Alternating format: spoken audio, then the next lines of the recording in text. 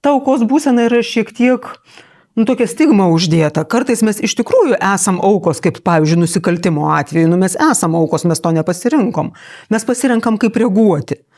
Ar mes nuleidžiam galvą ir atiduodam savo piniginę, ar mes vis dėlto šaukiamės pagalbos. Ir tai jau yra būdas, kaip mes reaguojam kriziniai situacijai. Tie, kurie labiau įpratę pasiduoti, nuleisti galvą ir priimti tą bejėgystę, tie greičiausiai atiduoda savo piniginę, tie, kurie įpratę kovoti, labiau kovoja. Tai čia irgi sakyčiau, kad ta pozicija yra daugiau išmokimo reikalas, kaip aš išmokau nuo savo vaikystės. Ir pasireiškia tokiom bejėgiškom mintim, kai atrodo, kad viskas, kas vyksta, lyg aš neturiu tam įtakos.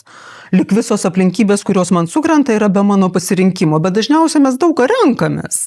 Mes renkamės, kaip reaguoti į tas aplinkybės. Vieni kovoja, kiti nusprendžia priimti taip, kaip yra. Ir kasdienybė tada taip ir atrodo, kad žmogus linkęs būti visada patogus kitiem. Bet vėlgi grįžtam prie to, ar elgtumės taip su savo geriausiu draugu, kaip elgiesi su savim. Pradėčiau nuo dalykų, kuriuos galiu kontroliuoti.